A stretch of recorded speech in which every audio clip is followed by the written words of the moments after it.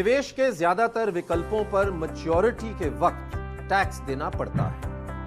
Mutual fund भी इससे अलग नहीं है, लेकिन जैसे ही इसका मुकाबला निवेश के दूसरे विकल्पों से किया जाता है तो फिर म्यूचुअल फंड इन सबसे बेहतर साबित होता है। अगर आपने म्यूचुअल फंड डेट स्कीम में निवेश किया है तो 3 साल से कम समय के निवेश पर स्कीम से मिलने वाले रिटर्न्स को शॉर्ट टर्म कैपिटल गेन्स के तौर पर लिया जाएगा। इस शॉर्ट टर्म कैपिटल गेन्स को आपकी आमदनी के साथ जोड़ा जाएगा। इस पर आपको अपने आयकर स्लैब के हिसाब से टैक्स देना होगा।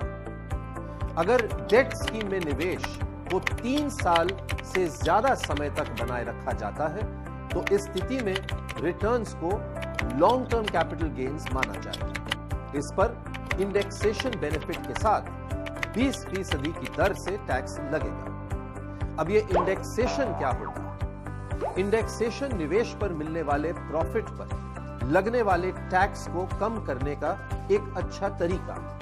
जब हम इंडेक्सेशन अप्लाई करते हैं तो निवेश की गई रकम को महंगाई दर में बढ़ोतरी के हिसाब से बढ़ा लिया जाता है। यानी जब निवेश की रकम ज्यादा दिखाई जाएगी तो उस पर मिलने वाला मुनाफा खुद ही कम नजर आएगा और फिर उस पर टैक्स भी कम हो जाएगा। यदि टैक्सेशन के हिसाब से देखा जाए तो म्यूचुअल फंड्स फिक्स डिपॉजिट के मुकाबले बेहतर होता है। म्यूचुअल फंड्स के इक्विटी स्कीम में टैक्स लगाने का गणित अलग है। अगर आपने 1 साल से पहले अपना इक्विटी निवेश खत्म कर दिया तो रिटर्न्स को शॉर्ट टर्म कैपिटल गेन्स माना जाएगा और इस पर 15% टैक्स लगेगा।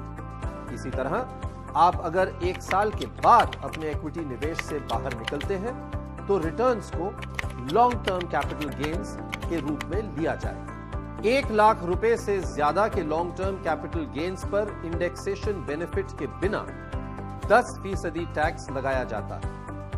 अब पता चला म्यूचुअल फंड्स क्यों सही है। Mutual fund investments are subject to market risks. Read all scheme related documents carefully.